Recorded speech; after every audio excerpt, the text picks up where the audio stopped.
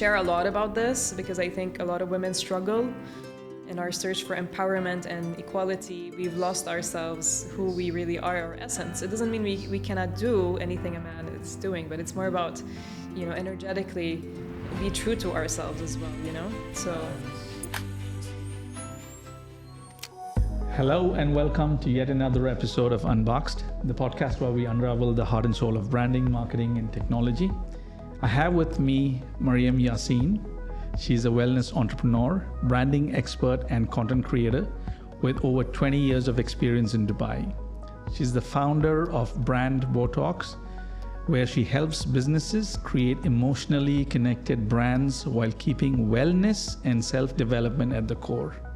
Mariam has worked with top-notch luxury brands, produced award-winning content, and is a trailblazer in the wellness space in the UAE. She's also known for her consulting, content creation, and social media strategies that combine creativity and business growth. Welcome to the show, Mariam, and thank you for being with us today. I know that's a lot. Yeah, no, thank you so much. It was such a wonderful introduction. So thank you. It's so nice to be here with you today. You're welcome. When I look at your journey, when I was looking at your profile and looking at your journey, there's certain things that pops out. There's three core pillars that I think I've noticed in your journey. One is the branding and marketing aspect. The other one is the holistic health and wellness aspect. And the third one is women empowerment. So I think these are the three areas that you're really passionate about. And one thing that ties all the three together is creativity, because I've noticed that creativity is at the heart of everything that you do.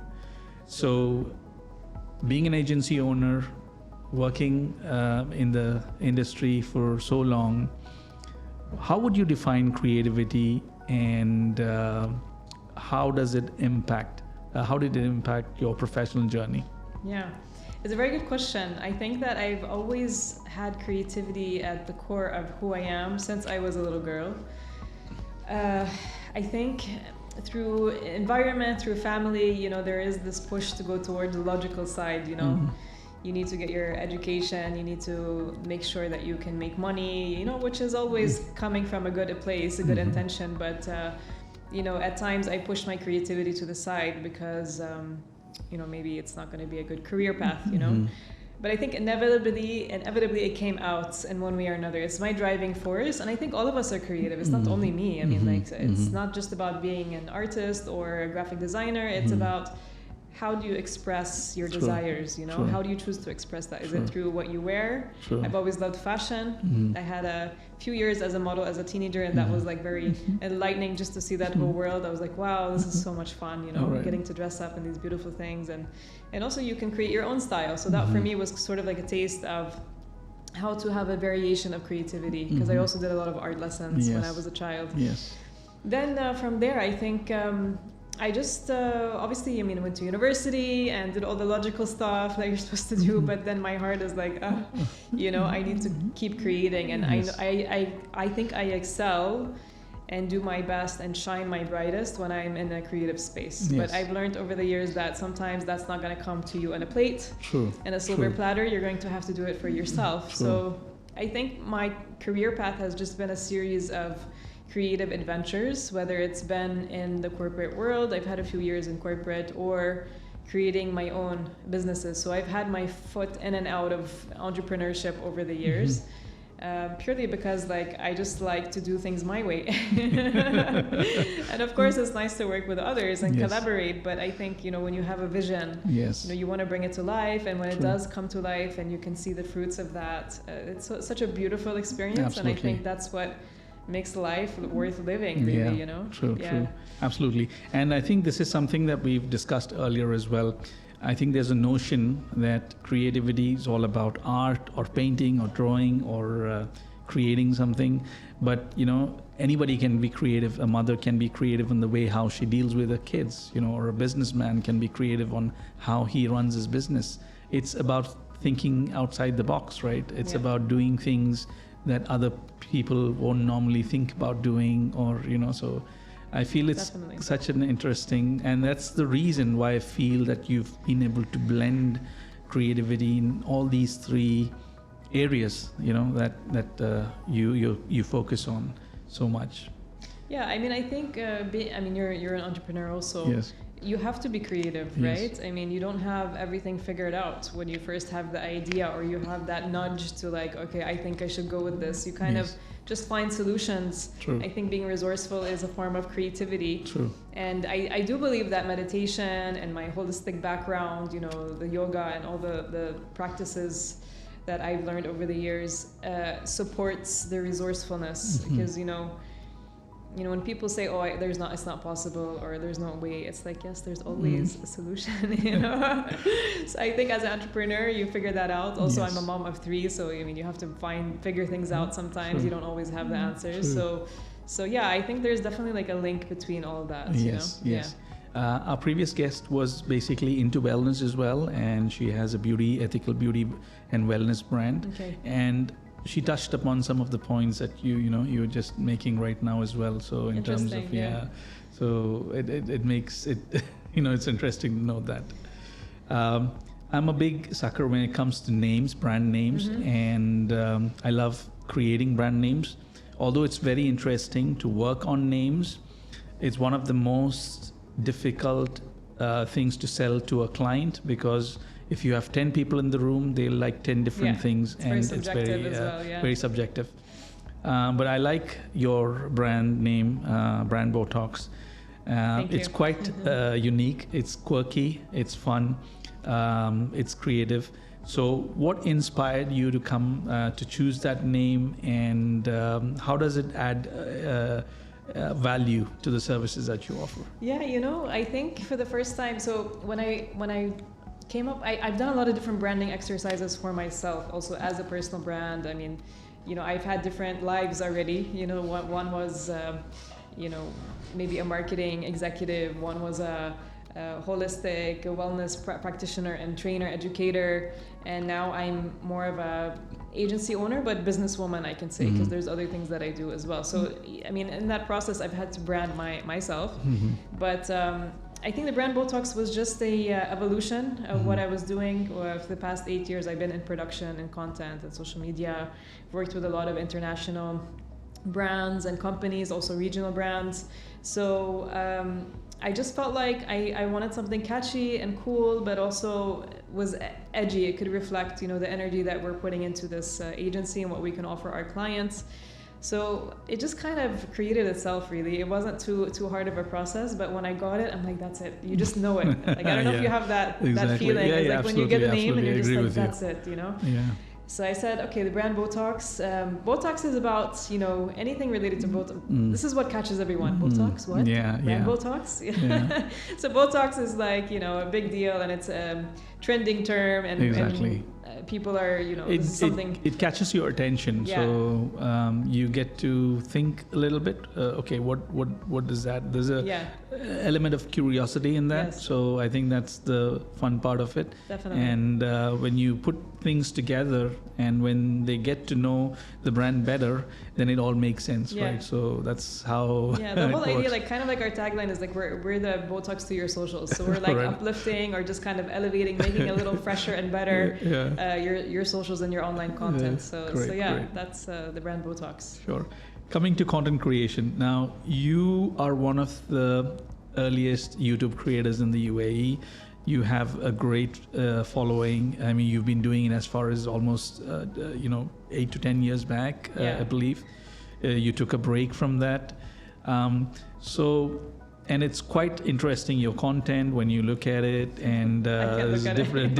I know. We all don't like looking at earlier content, but someone looking now, things have changed from when you were creating content, and the algorithms and the YouTube policies and the kind of content that's been pushed out today. But generally speaking, what kind of advice would you give someone who's looking to enter this space, maybe YouTube content creator? What are the things that they need to keep in mind, and what kind of mistakes should they avoid? Okay, I mean, as you said, it's evolved a lot since those days. But I think for me, what made me successful at that time was that I had a very clear focus and niche. So I was focusing on natural beauty and well-being for women, basically. And this is how I infused it in all the content I created. I got my kids involved from time to time, which add the cute factor, you know. But I think that's what helped me. I spoke in Arabic also, so I was able to connect to women in the region who were starving for content at that time. Now there's so much available, but at that time they really had nothing, you know, for them. So even though my Arabic is a mess, but it's still, they appreciated the effort. And I was authentic. So I decided to be real and natural and not, I don't have to put on a facade of like, I have the perfect life and perfect family and, you know, it's just like, this is me and I'm doing things at home. I'm figuring out how to improve my beauty and my well-being with natural ingredients and fun ways at home, things to do with the kids. So I think it was just, the niche is definitely important.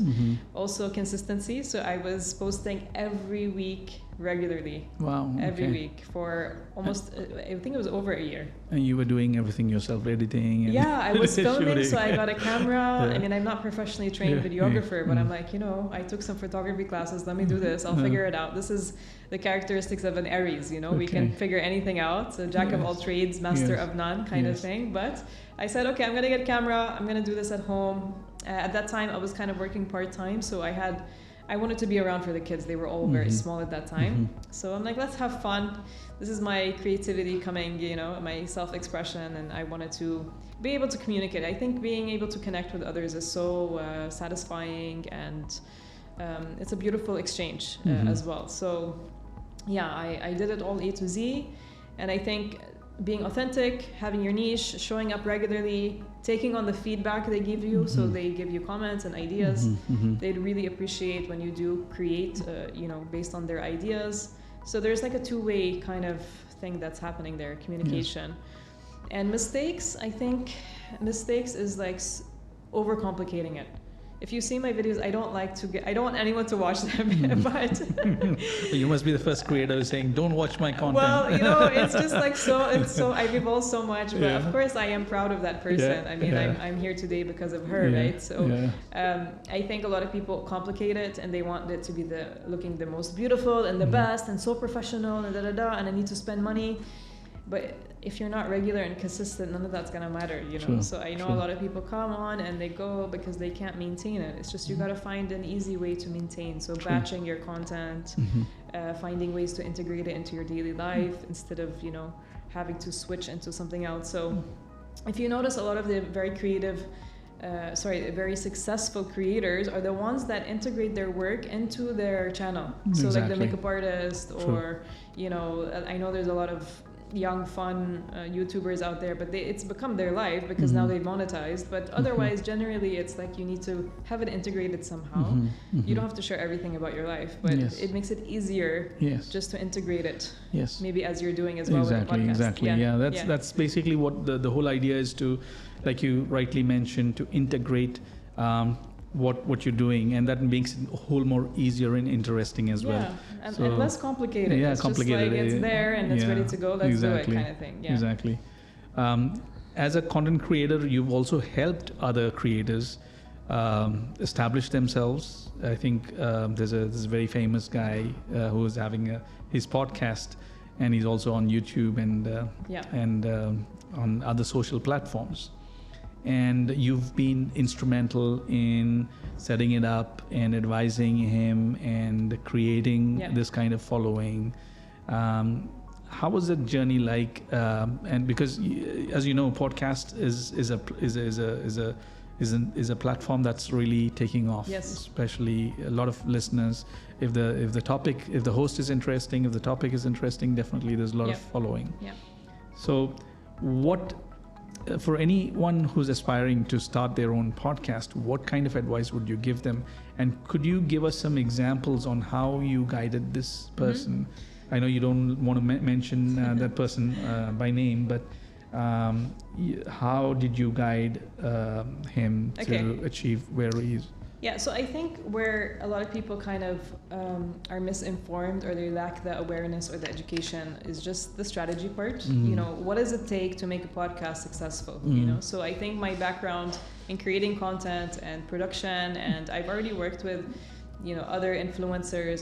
This has been a field I've been in for a while, so I kind of know, I can understand, I can dissect very easily what they're doing to make things right, and also the opposite, you know, what they're doing to make things wrong. You know, I can see that, and this become my job now, my career. But so in terms of, you know, strategy, like get some advice. So reach out to a professional who can help you at least get the foundations right. You know, you have a plan. You have like, okay, what is my strategy in posting across the channels? Are you going to be on Spotify and on all these audio platforms? Or are you just going to make it purely video? So you can get your head around the bigger picture. And then obviously you need to cross promote with your social media channels. And it's always good to have either its own separate handle, let's say your own page on Instagram, TikTok, whatnot. Or you can also integrate it, the persons can start integrating on their page so they get more visibility. So there's a way to cross promote the content to grow it. But also, you know, being consistent again, having interesting topics. What do your listeners want to hear about? Like, I think niche is important. So like you're having a great niche, you're sticking to what you know and inviting guests around this. So that's always very good because like, you know, people know what to expect. I think sometimes when there's a podcast where it's very random topics and people, it's like the listeners get a bit confused and like, you know, kind of why am I here? I'm not understanding. So strategy is number one. And then two, what's great about Dubai is they have a lot of options in terms of filming the podcast. So you can book studios now, you can get teams. So we help a lot of people like bring a team to a location and we can film. But it's good to have a space like what you've done here where you can just set it up and you can go. But also, what is the long term? What's your objective? You know? Does Brand Botox help in this? Yes, definitely. All right. Yeah. Okay. Yeah, I think that's something that we're very good at. I mean, as you said, podcasting is the future and it's only growing. So I think business owners, thought leaders, you know, even influencers, celebrities, they're all using this. Even for creating a personal brand, I believe, right? Yeah, people want to hear. Like, I feel like, you know, what makes it so great is that, okay, short form content has been great. You know, obviously TikTok has had so much success because of that. Instagram, eventually they incorporated video later on. But I think people want knowledge, information. They want to seek it out. They want to be able to listen on their own time. Exactly. They don't want someone feeding them with like forced information. It's like, I want to choose what I listen to and when I listen to it and how I listen to it. Even the style, the tone, the voice. Exactly. You know, people have preferences. So if you're able to connect with someone on that same wavelength, you know, it makes a lot of difference. It's an authentic exchange of ideas, which is always beautiful. And I think also the profiling of the guest is important, you know. So we also support and finding the right people to be on the show. Great. So yeah, there's different angles of it. Sure. But I think just first step is getting your head around it, strategy making sure you're ready to important. commit to this. Yes.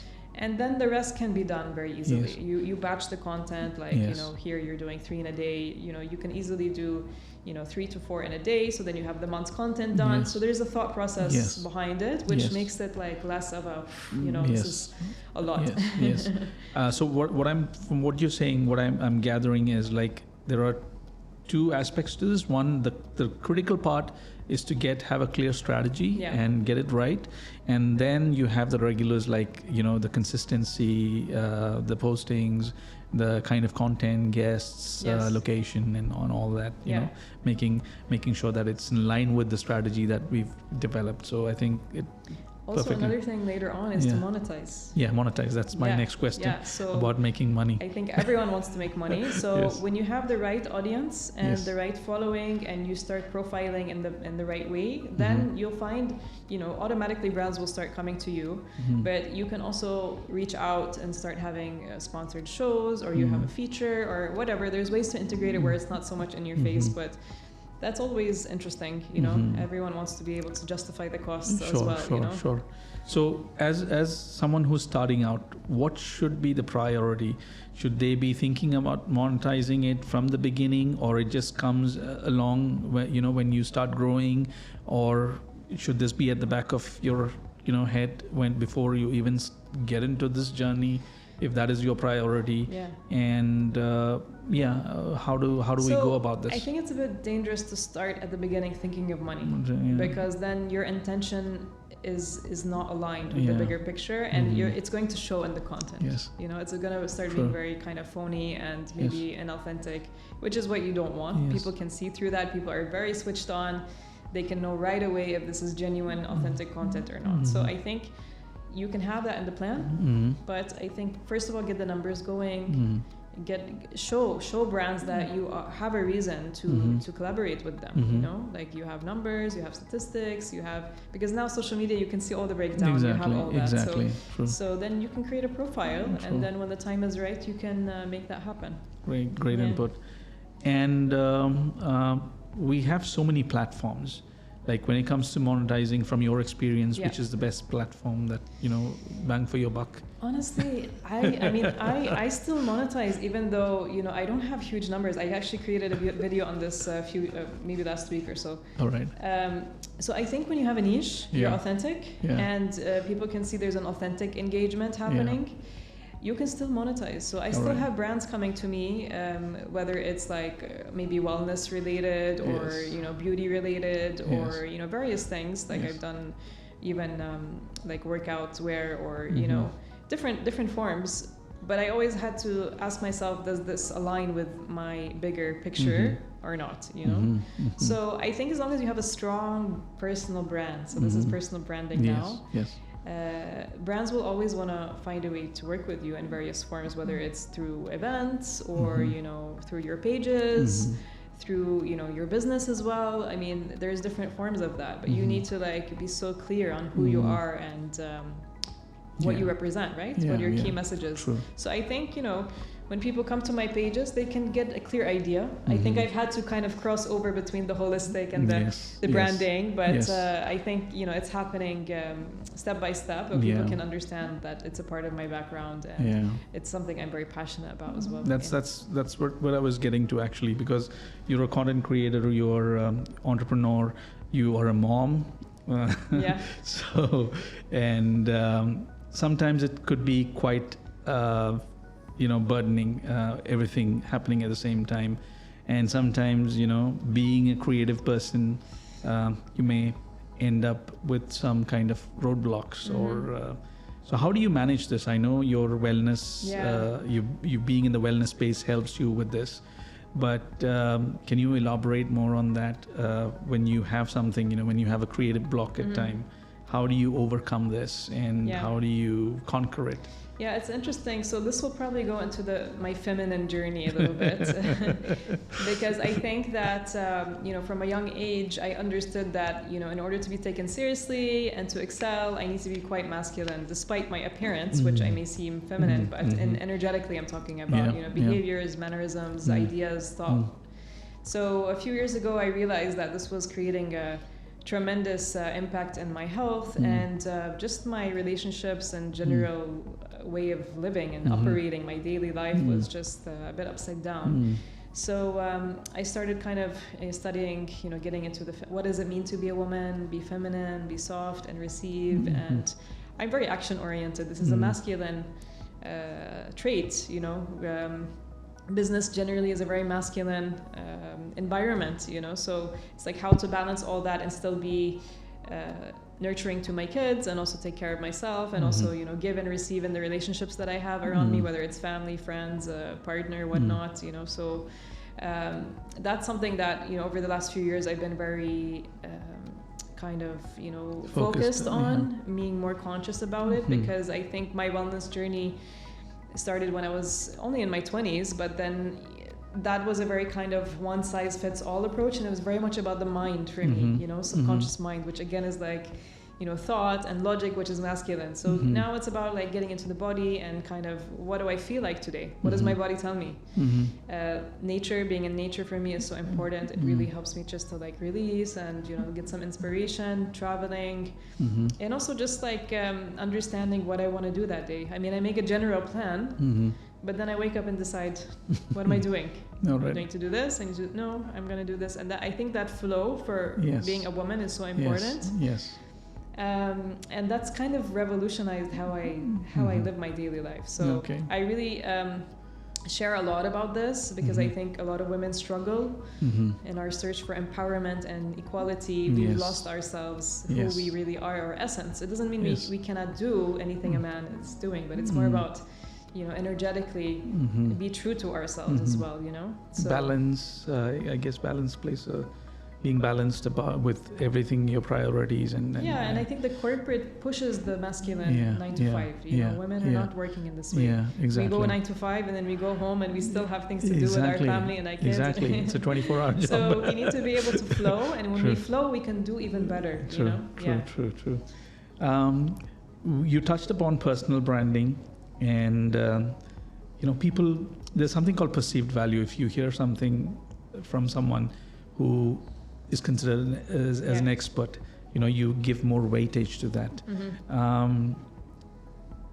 So how important is it for an entrepreneur or anyone in general to build a personal brand, and how does it benefit them? Like if someone is thinking of creating their own more than ever, it's become a necessity to have a personal brand. Why? Because there's just so much stuff out there. I mean, and also so many options, so many different avenues you can go in. It's like, okay, how do I differentiate myself first and foremost? So it's not only for the corporate person, it can be for sure, but it's also for a thought leader, an influencer, an entrepreneur, just so that, you know, when you're clear with who you are and what you do and you communicate on that, it's like people can resonate. So I believe people work with people. Yes. They don't work with brands or ideas. They work with you because they resonate with what you're saying, what you're doing, you know, the work that you produce.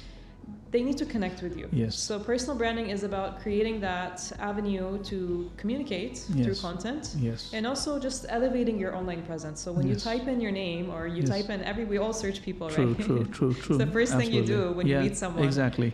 If there's nothing there, that's a question mark. It's like, who is this person? There's nothing, zero on Google. True.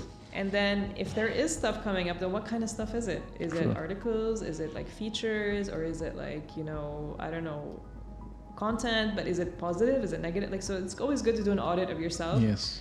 And what's interesting is I met, she's a friend of mine. She's quite a well-known psychologist here. She was telling me that even now on the college level, like university applications, it's all become about, it's like personal branding. So now it's like the kids even need to have a personal brand in order to have a chance to get into these universities. Yes. And at first I was like a bit shocked, but then I'm like, no, it makes sense because that's where everything is going anyway. You have to be able to like tell a story. Who are you and where are you going with that? You know? So I really do believe that if you're not jumping on the bandwagon, you're missing out for various reasons. I mean, it gives you an opportunity to do so much with that. I mean, people reach out to me daily just because I'm there and I'm talking and you know, they want to know more. And I think that's, first of all, that helps with sales and business, but it's a chance to open opportunities. You never know where that's going to go. True. Yeah. And being in the branding space, something that you mentioned now is about connections, right?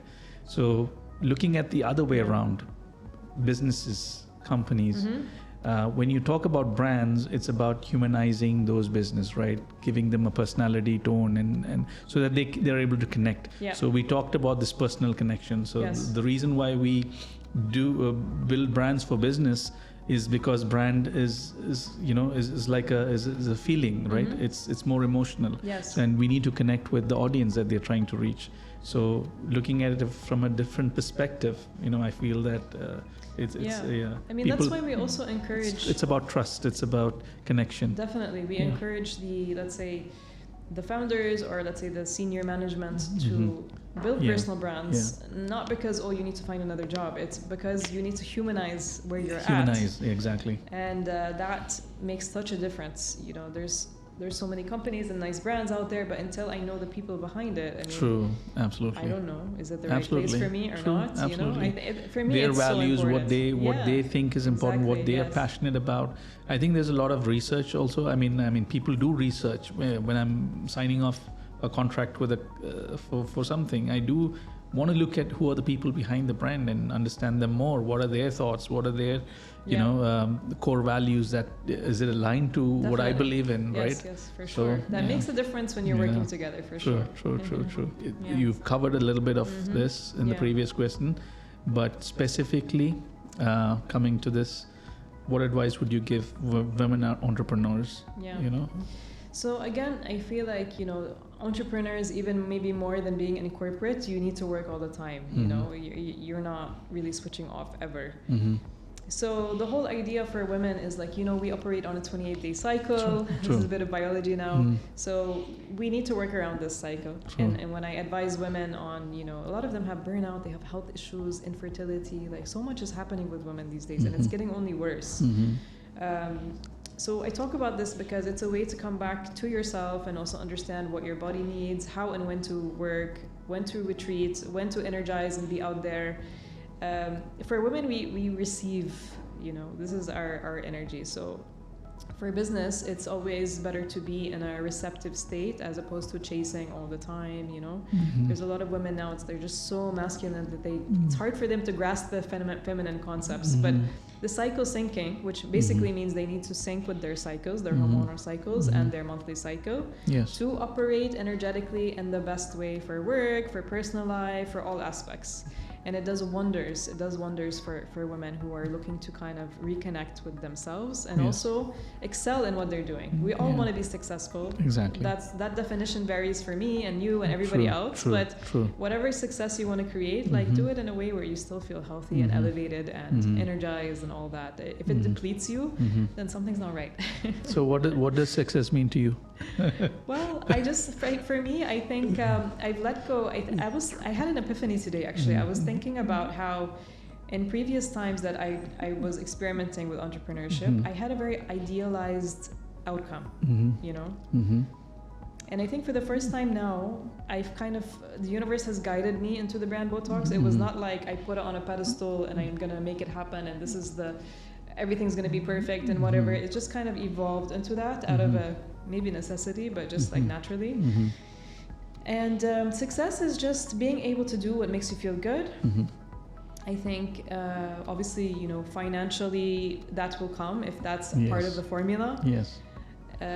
If finances are the only goal, I feel like that's a dangerous situation because I don't know if that's actually success. Yes. It's like everything in between as well, So success is a lot of things for me. It's raising healthy, happy children who have a good head on their shoulders. It's also being able to take care of myself and pursue my passions on different levels. It's being able to share and empower others in the process. So even when I work with my clients and personal branding clients, there's always a process of empowerment. They're elevating themselves. They want to do it. It's not only me. It's together we work on this. But that's really beautiful to be able to lift people up around you and also lifting yourself in the process. So success is doing what makes you feel alive and you can just share that with others, I think. Absolutely. I think it's quite insightful, and I think it changes from person to person. Different people have different views on what success is. For me, it is more about what makes you happy, right? I mean, we as human beings, we have different emotions. We are not happy all the time. Even if we really want to be happy all the time, we have something or the other that comes up. And there's a lot of stress, there's sadness, there's a lot of emotions on a day-to-day basis. But what really makes you happy? Now, if you think about money is not a real source of happiness. Your kids can be something. I think connections are what makes you happy. If you have the right strong connection with people around you, your kids, your family members, your family, I think that's, for me, I mean, there's a different take to everything. For me, I think that's what makes you happy, right? If you see your kids happy, you're happy. If you see someone, people around, if you uplift people, that makes you happy, right? So I think for me, I think that's how I would define happiness. Great. You've mentioned your transformation started when you realized the power of the subconscious mind. is something that you've mentioned, and so can you explain more on that? It's a little bit. I think it's too deep. It's a very deep subject. I think you need a whole session. I lived a few lives already, as I said before at the beginning of the podcast. Yeah. But I think. So I'm from, my parents are from two different backgrounds. So I have my father, he's Palestinian, Muslim. My mom is American, German, Irish descent, and they're Baptist Christians. You know, so I have two different universes already in the family. All right. And I think from a young age, I just was asking a lot of questions, because each environment has their own sets of beliefs and understanding of the world, and what's right and wrong, and to an extent. And so I just started asking a lot of questions very early on, and I think, by the time I reached my 20s, I was already in a phase where I was just like, I need to dig deeper. Like, I had my own sets of insecurities. I mean, despite being a model and doing well in school, and I lacked a lot of confidence, I just had constant anxiety.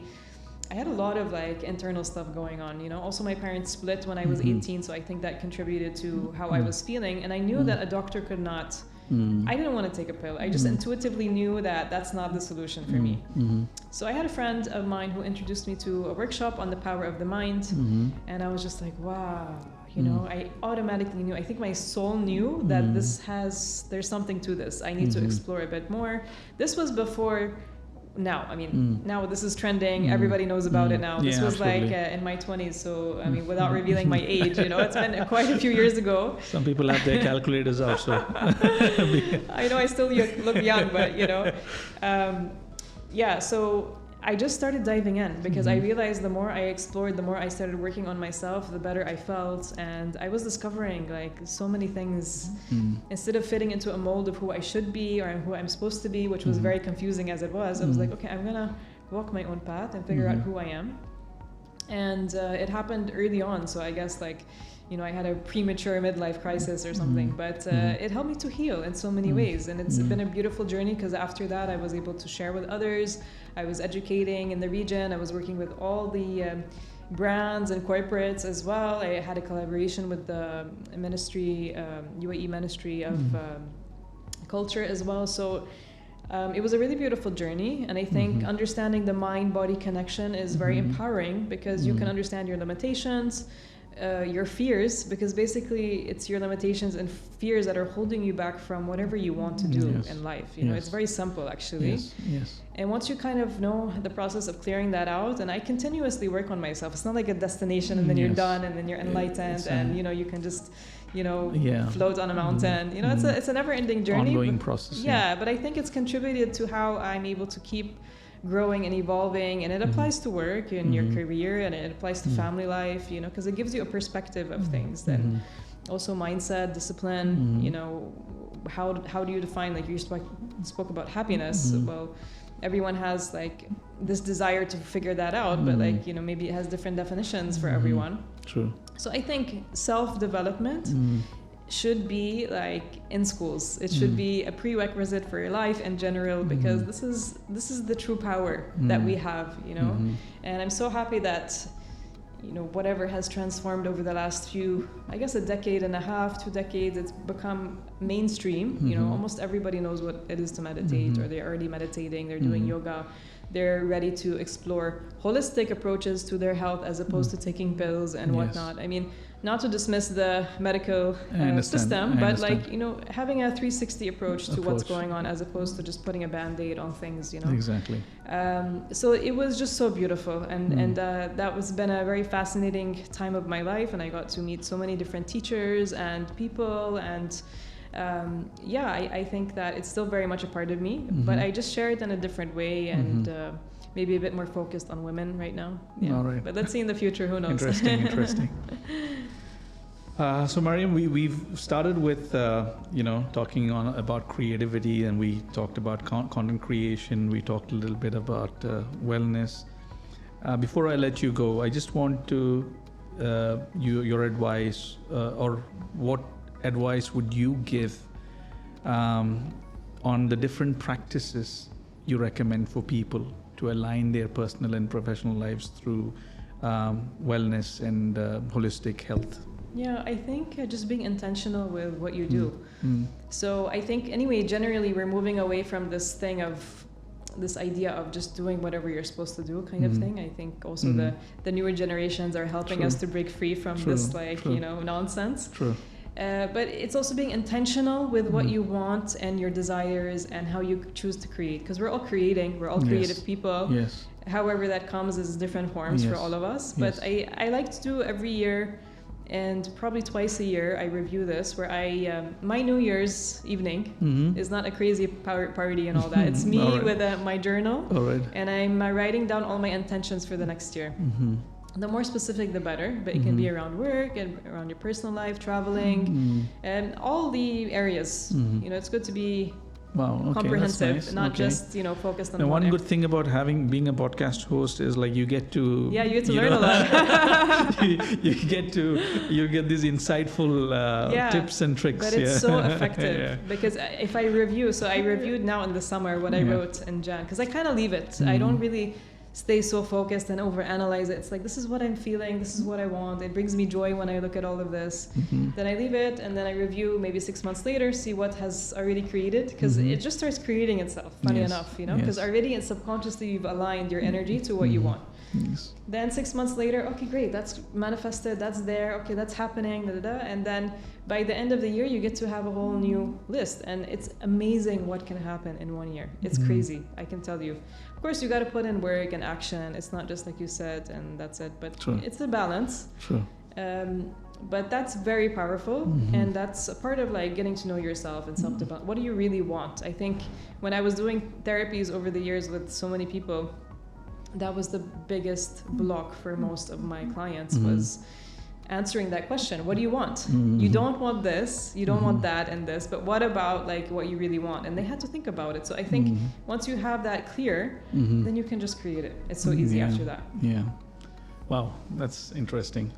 Well, thank you, Mariam, for being with us today. I think the points that you've shared, quite interesting and insightful, and there's a lot of things that I've picked up myself. Great. Me too. It was very easy to talk to you, so thank you. Thanks. Thank you for that. Thank you for being with us today. Thank you for being with us. Yes, it's great to be here. Thank you. So that's it. Catch you on the next episode of Unboxed. We are available on Apple, Spotify, YouTube, and all other platforms. And I'll catch you in the next episode. Thank you.